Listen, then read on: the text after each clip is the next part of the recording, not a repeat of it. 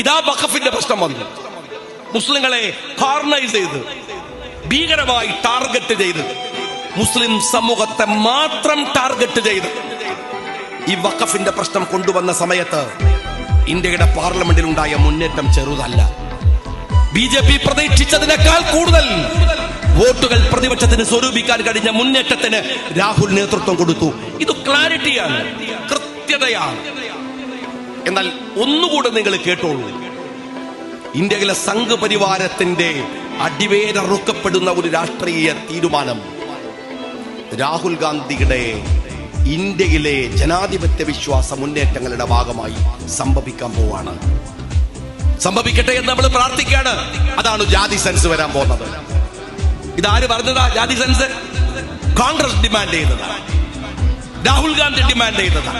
നിങ്ങൾക്ക് പറ്റുമെങ്കിൽ രാഹുലിന്റെ പാർലമെന്റിലെ പ്രസംഗം നിങ്ങൾ ഒന്നുകൂടെ കേൾക്കണം. ഈ ജാതി സെൻസസുമായി ബന്ധപ്പെട്ട് ഈ രാഷ്ട്രീയം ഇന്ത്യയുടെ പാർലമെന്റിൽ ഉന്നയിച്ച് രാഹുൽ നടത്തിയ പ്രസംഗം നിങ്ങൾ ഒന്നുകൂടെ കേൾക്കണം. അത്രമേൽ ഗൗരവത്തിലാണ് രാഹുൽ അത് പറഞ്ഞത്. ഇവിടെ ഒരു ജാതി സെൻസസ് നടക്കുന്നത് 1931 പിന്നെ നടന്നിട്ടില്ല. ജാതി സെൻസസ് എന്തിനാണ് എന്ന് നിങ്ങൾക്കറിയാം. RSSന്റെ അടിസ്ഥാന അജണ്ടയെ അത് പൊളിച്ചു കളയും.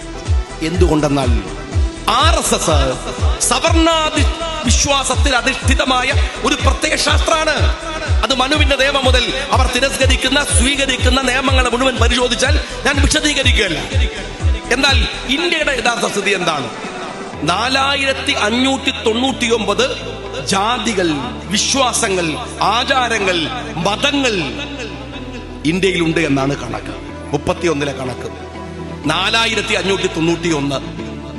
നിങ്ങൾ മനസ്സിലാക്കണം, ഈ വ്യത്യസ്തമായ ഇത്രയേറെ മതവിശ്വാസങ്ങൾ, സമുദായങ്ങൾ, ജാതീയതകൾ ഇന്ത്യയിലുണ്ട് എന്ന് പറയുന്നത് ഡൈവേഴ്സിറ്റിയാണ്, ഏകത്വമല്ല. സംഘപരിവാർ ശ്രമിക്കുന്നത് ഇന്ത്യയെ ഹിന്ദു ഏകീകരണം എന്ന് പറയുന്ന സ്വാഭാവികമായി കൊണ്ടുവരാൻ സാധ്യതയില്ലാത്ത നിയമത്തിനു വേണ്ടിയാണ്. എന്നാൽ ഇന്ത്യയിലെ ജാതീയ സെൻസസുകൾ പൊളിക്കാൻ പോകുന്നത് RSSന്റെ അജണ്ടയാണ്. ഈ കണക്കുകൾ പുറത്തു വരുമ്പോ ഇനി ഒരു കാര്യം കൂടെ ഞാൻ പറയട്ടെ. ഈ കണക്കുകൾ പുറത്തു വരുമ്പോ കേരളത്തിലെ RSSകാരൻ കാലങ്ങളായി പറയുന്ന ചില നുണകളടക്കം പൊട്ടിപ്പോകേണ്ടതുണ്ട്. ഒപ്പം ഞങ്ങള് ഒരു ലീഗുകാർ എന്ന നിലക്ക്, വിശ്വാസികൾ എന്ന നിലക്ക് കൂടെ ഞാൻ പറയട്ടെ, ഈ കണക്കുകൾ പുറത്തു വരുമ്പോ ഞങ്ങളുടെ പുന്നാര CH മുഹമ്മദ് കോയ സാഹിബ് പറഞ്ഞ പോലെ തലമുടിനാരിഴയാണ് അതിർവരം.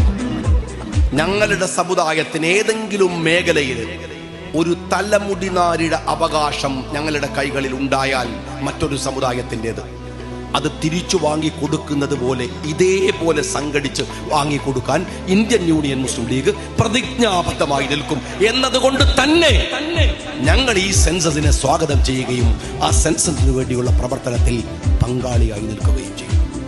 ഇത് ബാധ്യതയാണ്.